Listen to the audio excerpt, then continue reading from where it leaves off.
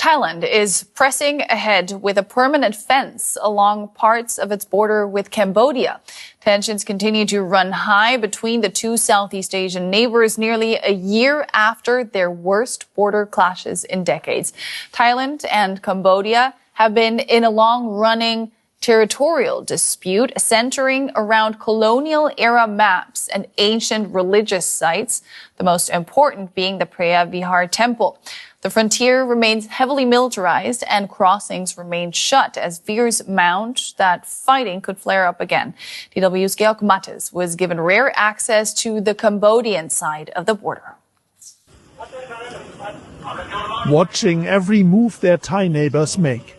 I have been given permission to visit Cambodian forces at their positions along the border with Thailand. Tensions remain high despite a ceasefire. The Thai side has established what it calls a safety perimeter to protect its citizens from Cambodian snipers. But the soldiers here tell my translator that Thailand is illegally occupying Cambodian land. If you see, this is Thai side. This is what used to be Cambodian here. And now they have to move almost 2 kilometers from here. Close to 150 people were killed and at least 300,000 displaced during 2 rounds of fighting between Thailand and Cambodia last year. Each country accused the other of starting the clashes. Cambodian soldiers, many of them wearing civilian clothes, show me the destruction. The area remains closed to civilians. The 155mm artillery shells exploded all around this house. They kept firing and firing. It just didn't stop. Much of the border still looks like a battlefield, with bunkers everywhere. At another border crossing, soldiers show me what they say is a Thai truck left behind during the last offensive. Both sides frequently accuse each other of violating the ceasefire. Right here, this is as far as you can get on the Cambodian side of the border. I was here in exactly the same location last year after the first round of fighting, and back then this Thai military post was 400 meters down the road. So that means since the second round of fighting in December last year, it has shifted. Thailand says the military posts form the new safety perimeter, and its troop deployment line is exactly where it should be under the ceasefire signed by both parties. Cambodia disagrees. It says more than 20,000 of its citizens are now living in shelters because they are unable to return home. One of them is 74-year-old Yuan, who says she lost her house to Thailand. A few months ago, she moved into this waiting village with 8 of her children and grandchildren.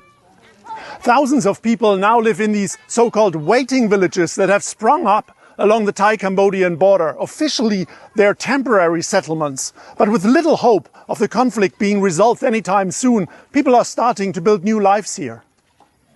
Yuan has planted a mango tree in her front yard. She has little hope of returning home anytime soon. She and her husband settled close to the border around 30 years ago. Now she says she will never forget the day she had to flee and seek shelter at a temple. They asked me, "Where have you come from?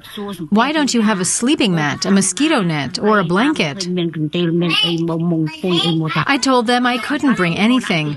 My husband and I only had about €1 with us. Then I sat down and started crying. Thailand is the stronger country, both militarily and economically. Much of the local economy here depended on the open border. Now just clearing the unexploded ammunition will take a long time, officials say. Demining teams are concentrating first on hospitals and schools. This is just one of many factories along the 800-kilometer border between the two countries that is now closed down. And it's a good example for the kind of economic pain this border conflict is inflicting, particularly for Cambodia. Like many younger people here, Yuan's daughter used to work as an agricultural laborer on the Thai side of the border. Now she is unemployed. The waiting villages each housing thousands of people, are safe.